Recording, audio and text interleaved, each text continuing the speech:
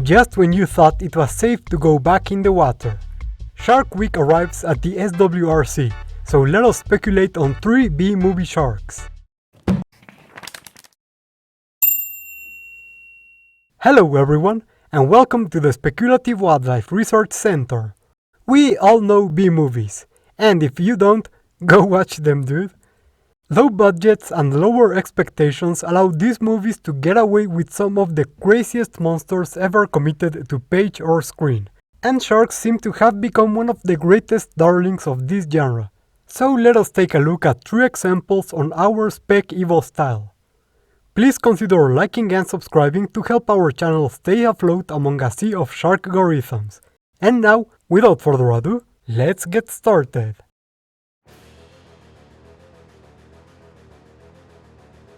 Let's begin with a really fun one, the Dino Shark, from the movie Dino Shark.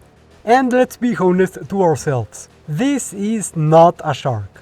In fact, it's not a fish at all, but a reptile. I mean, look at it.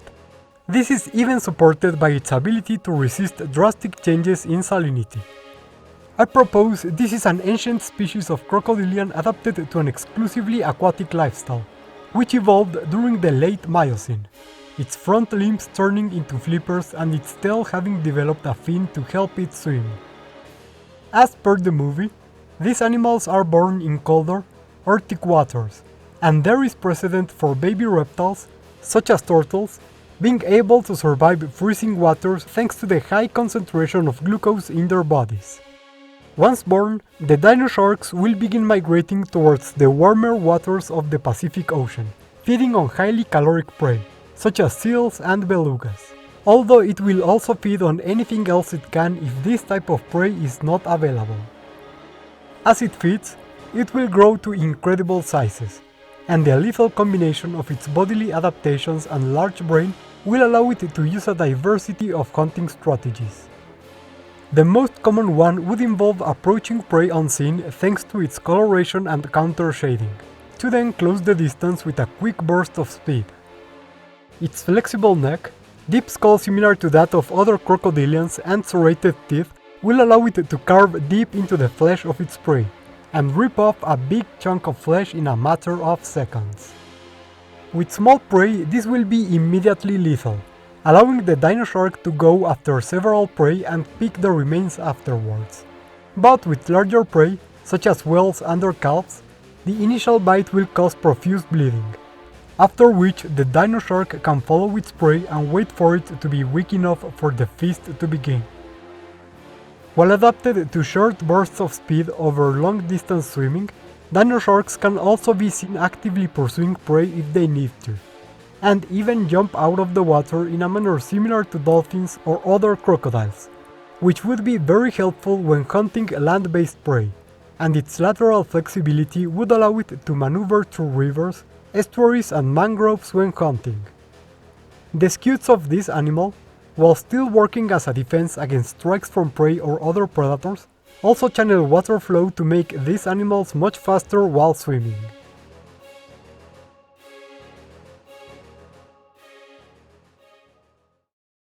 Wasn't that fun? Let's keep the ball rolling with the sand sharks, from the movie Sand Sharks. These are sharks that swim in the sand. Easy, right? Wrong. However, there is a certain degree of precedent with the epaulet shark, a real-life species that is capable of crawling on land.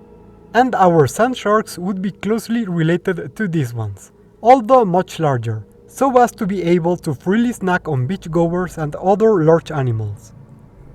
As for the actual adaptations such a creature would need, you can see them well on this individual.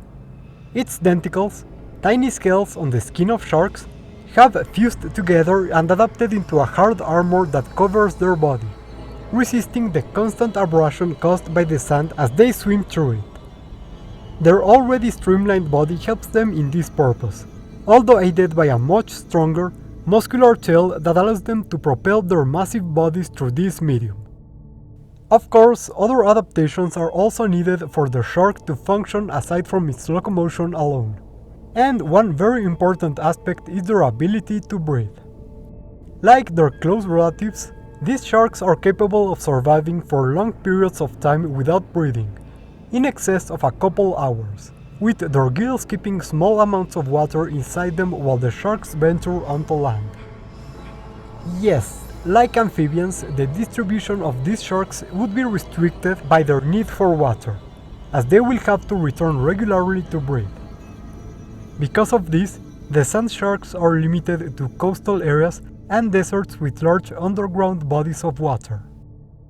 The gills themselves are pointed upwards, and the area surrounding them is very muscular. By closing their gills, these sharks can avoid sand from leaking in. Lastly, its mouth is located in the underside of its body, well covered by the frontmost parts of its armor in order to avoid the same issue. With all of these adaptations, it is no wonder these sharks have become one of the most feared species in the areas they inhabit. Also, I do know there are real-life sharks called sand sharks, but for the purpose of this exercise, just pretend they don't exist. Pretty please? Thanks.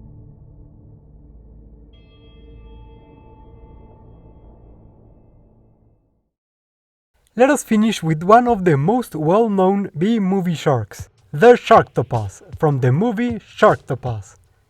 Man, don't you love straightforward titles? Anyhow, we return once again to the question of how to turn this into a shark, and the answer is obvious. We don't!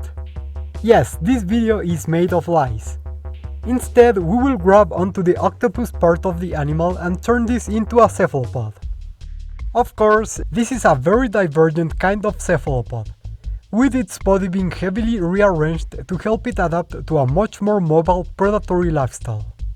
Its siphon is now pointed backwards, allowing the Sharktopus to advance beak first towards its prey. And what a beak it is!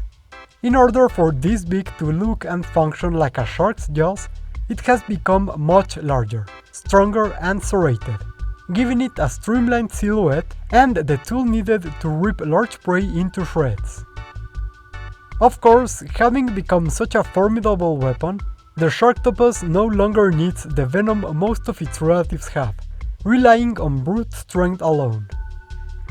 In order to help with maneuverability while pursuing prey, the Sharktopus has developed three fin-like structures from its mantle, convergent with the dorsal and pectoral fins of a shark. And, similar to the Dino Shark, the Sharktopus has developed a series of scute-like structures that channel water to make them more streamlined. To aid in this, the tentacles are held towards the back of the body, reducing drag. While they are equipped with wide, paddle-like fins that help them swim, these tentacles are still useful as manipulating organs, allowing the Sharktopus to grab prey that is out of reach and hold it in place as it feeds.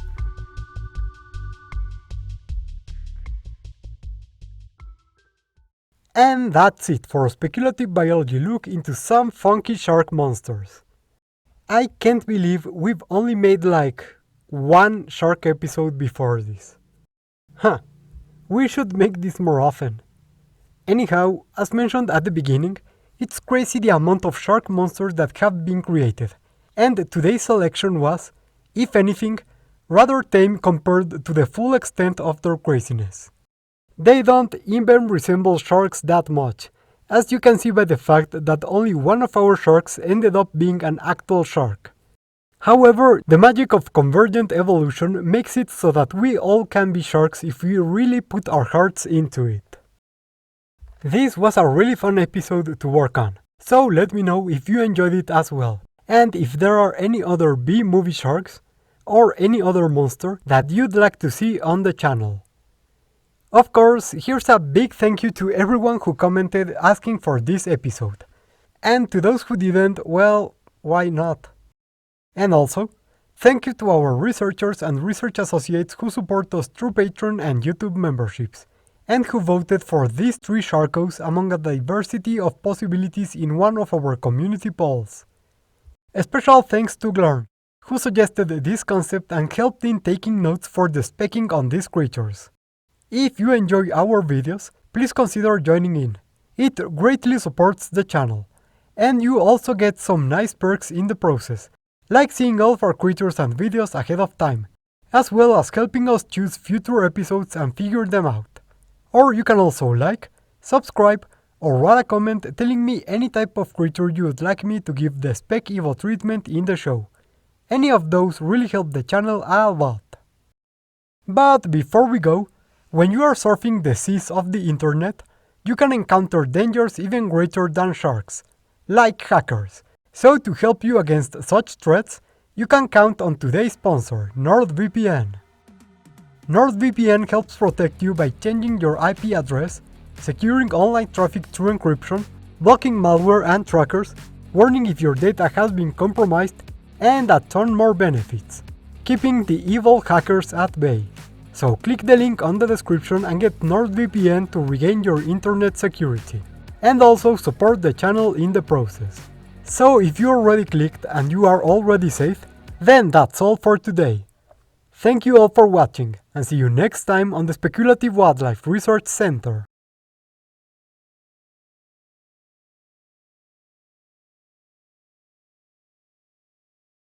Although aided by a much stronger, muscular tail that allows them to propel, muscular tail that allows them to propel,